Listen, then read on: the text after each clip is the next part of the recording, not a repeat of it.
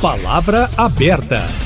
O projeto aprovado essa semana no Congresso Nacional sobre celular nas escolas prevê a proibição do uso dos aparelhos dentro das salas de aula por todos os estudantes das instituições públicas e particulares. A liberação é apenas para atividades pedagógicas e autorizadas pelos professores. Há permissão também para garantir a acessibilidade e inclusão, atender às condições de saúde dos estudantes e garantir os direitos fundamentais. A restrição do uso de celulares nas escolas já é realidade no Rio de Janeiro e São Paulo. É necessário mesmo proibir totalmente o celular nas escolas ou apenas estabelecer regras? Para debater o assunto, Eustáquio Ramos e eu, Kátia Pereira, estamos recebendo agora no Palavra Aberta a presidente do Sindicato dos Professores das Escolas Particulares de Minas Gerais, Valéria Morato. Obrigada pela presença. Bem-vinda, professora. Muito obrigada. Eu que agradeço mais uma vez poder estar aqui falando com vocês, com todos que nos ouvem e agora nos veem, né? Também. Verdade. Estamos recebendo também a psicóloga Carol Campos, que é pesquisadora do comportamento infanto-juvenil. Doutora Carol, bom dia, obrigado pela presença. Bom dia, agradeço a oportunidade de estar aqui com vocês também. Bem-vinda. Vamos começar ouvindo então a Valéria Morato. Qual é a realidade de sala de aula? Os estudantes estão dispersos, o celular concorre com o professor. Dá faz uma avaliação para a gente do que é a realidade, professor, a ponto de Rio de Janeiro, São Paulo já proibirem e agora ter essa possibilidade até de ampliar para todo o país. Primeiro é importante destacar que a necessidade de virar uma lei, né, porque há excesso, de fato. Há excesso nas salas de aula, há excesso por todos os lados, né?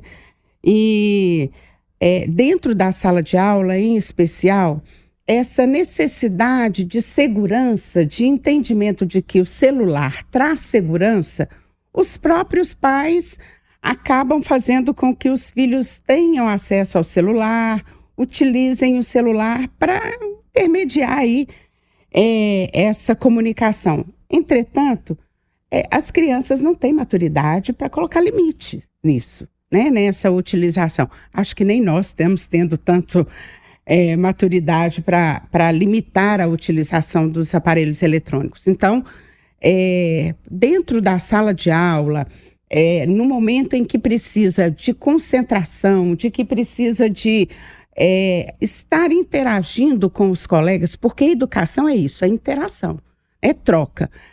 Chega uma mensagenzinha, toca uma mensagenzinha, e o aluno dispersa, né?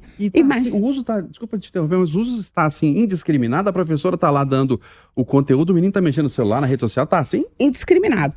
E aí nós estamos tratando da questão da educação, mas não é só educação, eu quero reiterar, né? Você vê no trânsito, o motorista quando para no sinal pega o celular, então assim, a necessidade de controle sobre a utilização do celular em especial, mas dos meios eletrônicos, ela precisa ser para todos. E passa pela educação. Uhum. Então, a educação, ela precisa ser esse ponto também que vai contribuir para a formação do sujeito como um todo, inclusive no controle da utilização do aparelho que pode ser e deve ser utilizado para o bem, né, de forma regrada. Então, é importante a utilização dos aparelhos eletrônicos. Nós vamos jogar tudo fora? Não vamos. Mas nós precisamos pôr regra. E por que eu acho, e o que além disso, né? O que nós temos visto enquanto sindicato dos professores? Porque nós estamos falando da proibição para os alunos, mas o que isso impacta na aula e na vida dos professores e professoras? Muitos estudantes, inclusive do ensino médio, e esse é um problema da lei, né? Que tá uma controvérsia aí na CCJ, a questão de se vai para todos, se vai até o superior, como é que o texto não trata, em alguns momentos ele diz, mas no texto final não trata sobre até onde vai. Eles utilizam para filmar colegas, para filmar professores, para filmar debaixo, colocar celular debaixo de mesa, para filmar partes íntimas de professores que vão de vestido, e filmam e editam. Então, muitos professores e professoras têm sido processados injustamente por uma edição de um conteúdo que não foi naquele contexto que foi praticado. Então, a proibição do celular, ela vai muito além, né, da dispersão dos estudantes, mas também da utilização indevida dentro da sala de aula. Ô Valéria, antes de passar a palavra para a Carol, só queria deixar algo mais claro ainda. Não só na sala de aula, mas a proibição também no recreio. Para que serve o recreio na escola? Exatamente. É um momento de socialização, né? Escola é isso. Escola é espaço de convivência entre os seus iguais, né? Que são da mesma idade, com a mesma maturidade. E o que se viu, o que tem se visto, né? São as crianças e os adolescentes no celular o tempo inteiro, durante o recreio, sendo que os seus colegas estão do seu lado, cada um no seu quadradinho, cada um no seu celular, interagindo com você não sabe quem. Esse é um dos grandes problemas também. Quem está do outro lado da tela? Nós estamos lutando para uma lei que regulamente as redes sociais, que regulamente todo esse acesso, e não temos ainda. Então, os nossos filhos, os nossos estudantes estão expostos a conteúdos que não são próprios para eles. Doutora Carol Campos, a senhora como psicóloga, estudiosa do comportamento infanto-juvenil, considera que essa questão do uso do celular está fora do controle e isso está prejudicando, se está fora do controle, está prejudicando o comportamento das crianças e dos adolescentes e principalmente nas escolas, em casa, na hora de estudar? Para as crianças e para os adultos, já saiu do controle. Então, quando a gente está falando de maturidade, nós estamos falando também dos limites que nós precisamos nos colocar, nos impor, por causa desse excesso que nós estamos cometendo. Então, a gente passa horas do dia acessando várias informações, achando que nós estamos ali realmente localizando coisas que são importantes para nós, e muitas vezes nós estamos mais dispersos do que conectados. E essa falta de maturidade, ela vem também de uma falta de consciência. Então, a criança, quando ela está na escola, ela precisaria estar consciente, presente naquele momento da aula, com o que o professor está passando para ela que ela gere novas conexões e novos aprendizados. E o que acontece enquanto o professor está falando, ela está fora de si, porque ela está ali vendo alguma outra coisa pelo telefone. Enquanto ela deveria estar interagindo com outras crianças e com os amigos, ela está ali conectada com alguma coisa que está acontecendo fora.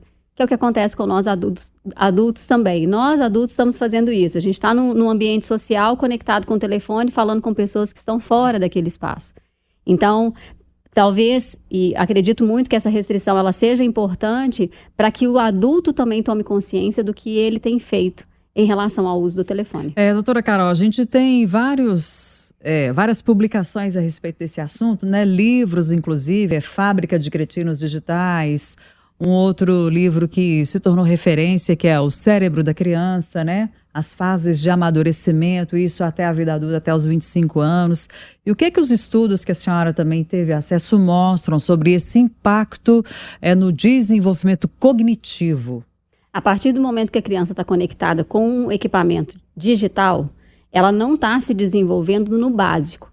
Eu tenho uma expressão que é assim, se o celular foi desenvolvido tão rapidamente, será que nós, que demoramos milênios para poder desenvolver o nosso corpo e cérebro, será que a gente acompanhou essa evolução? Nós não acompanhamos essa evolução, nessa velocidade que as coisas estão acontecendo. Então, o cérebro da criança tem um tempo também de maturação. E ele precisa acompanhar essas fases, e essas fases elas não podem ser interrompidas em função do uso da tecnologia.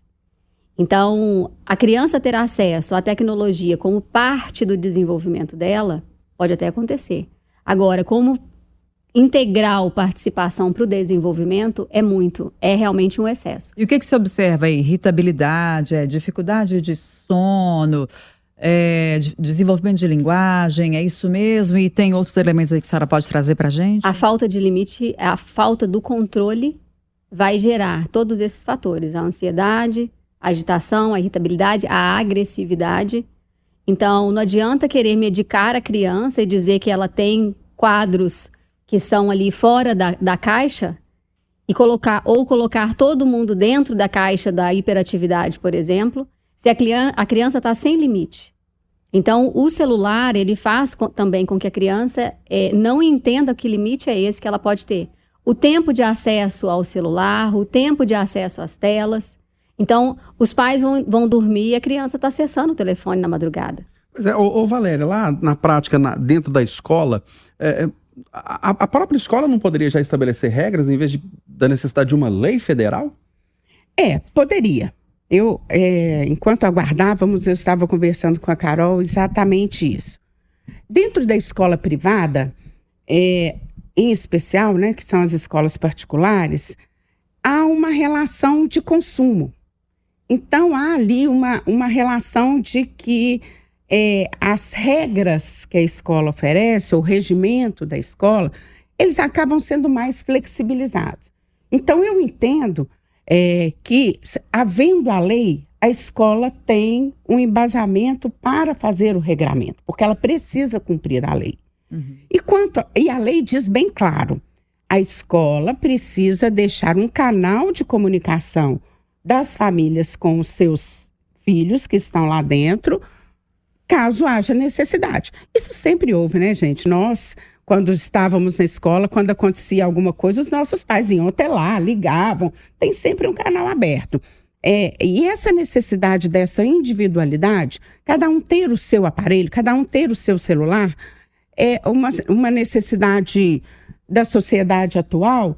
Ela tem gerado não só essas questões que a Carol traz, da questão do não desenvolvimento adequado, na época adequada, criança de 2, 3 anos com o celular na mão não corre, não anda, não faz aquele traçado, não desenvolve todas as suas questões psicomotoras que precisam ser desenvolvidas e tem etapa para tal, né?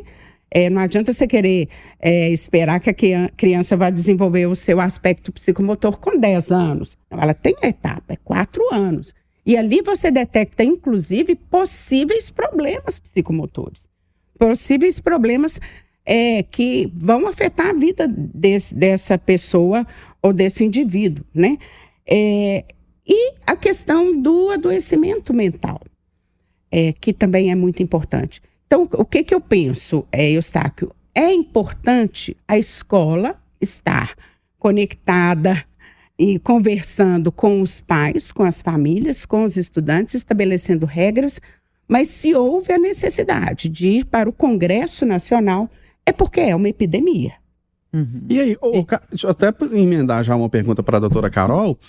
Agora, já que é uma epidemia, como disse a Valéria, e isso está de forma indiscriminada, fora do controle, adiantaria regras só dentro das escolas, sendo que em casa os pais não estão colocando limites, o menino fica no celular o tempo todo, na festinha de aniversário, os mais velhos um pouquinho, né, os meninos já adolescentes vão para as baladas também, é celular o tempo todo?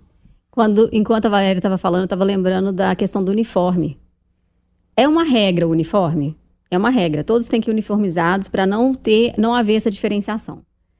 Tem uma questão acontecendo nas escolas que é o uso de os crocs. A diferenciação deles está acontecendo no sapato, no calçado. Na nossa época, era um tênis de uma marca X, Y, Z. E hoje a gente pode pegar essa mesma situação e projetar para os aparelhos telefônicos.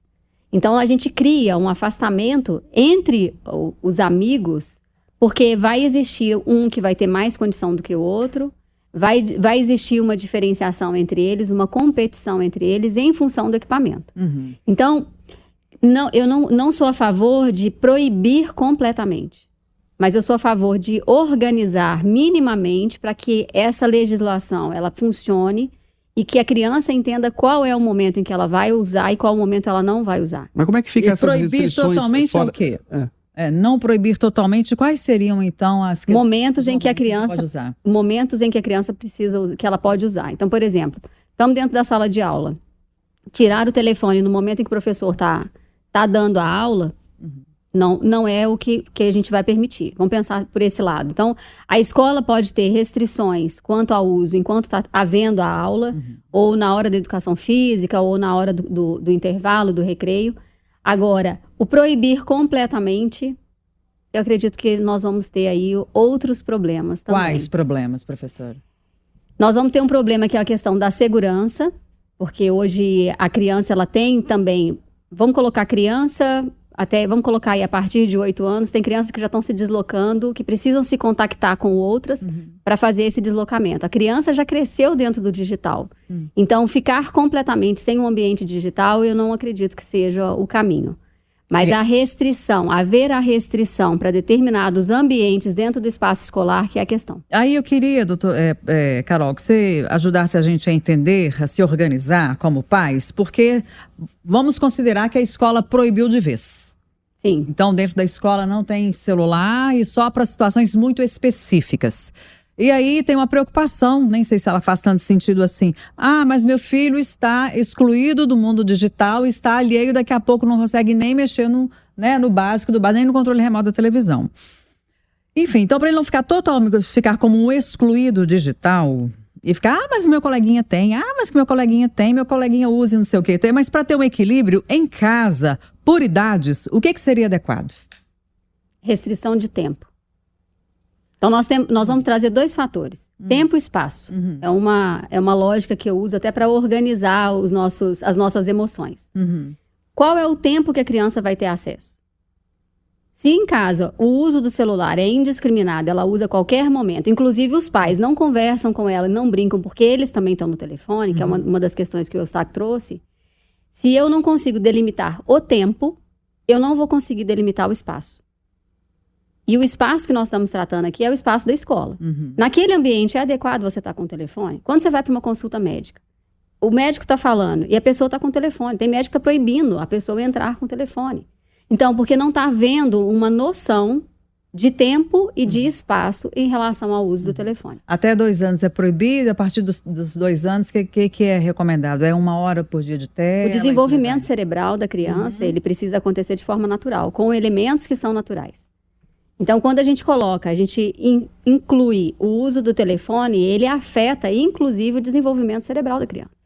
Agora, é muito desafiador para a gente falar assim, pode ou não pode. Porque os pais têm uma tendência de dizer assim, o filho é meu, eu faço do jeito que eu quiser, do jeito que eu achar melhor, ainda que existam pesquisas diversas falando a respeito do assunto. Mas com base científica, o que é com base científica, até 2 anos não ter o acesso. A partir de 2 anos? A partir de 2 anos, começar a ter um acesso restrito também. Para determinadas coisas. Nós estamos falando do telefone, a gente estende isso para a televisão, porque o permitir que a criança acesse, é claro que ela vai querer cada vez mais, porque são equipamentos que viciam. Eles geram em nós um prazer e aquilo ali vai ser viciante. Ô Valéria, o ideal seria que o celular fosse permitido somente para uma pesquisa que foi indicada pelo professor, para as pessoas com deficiência, em situações de perigo, e em outros momentos não? Talvez até no recreio tenha uma restrição? Eu entendo que a lei deixa bem claro isso, né? A utilização, você não vai ter que não levar. Você vai ter que não usar, ou usar em momentos específicos. Então, não é possível mais a escola ignorar a tecnologia, a questão da informatização. Agora, terão momentos em que pode... Olha, nós vamos agora vamos pegar o celular e vamos pesquisar na página tal. E ver o que traz essa página... Que página? Eu acho até salutar, sabe? Acho muito proveitoso que a escola tenha um momento para dizer o seguinte, essa página você deve entrar, aqui é perigoso, essa aqui não diz respeito a você, porque isso é preparar o sujeito para a sociedade. É uma educação digital também. Isso é educação, né? E eu acho, quando a Carol diz sobre a questão, e o Eustáquio fez a pergunta da questão dos pais, eu acho que a lei e o regramento a partir da escola, ele faz com que as famílias tenham possam fazer uma sequência da escola. Na escola você pode X, Y, você pode nesse momento e nesse não. Aqui em casa também vai ter isso. Então, até você chega da escola, você tem meia hora para jogar o seu joguinho, para a partir daí o celular guardado. Porque é importante também, já há estudos, né, Carol, de que o excesso de contato com a luminosidade atrapalha o sono. Então, nós temos crianças cada vez mais irritadas, professores cada vez mais cansados. Visão, né? Também, né, professora? E aí o adoecimento, ele é físico e mental.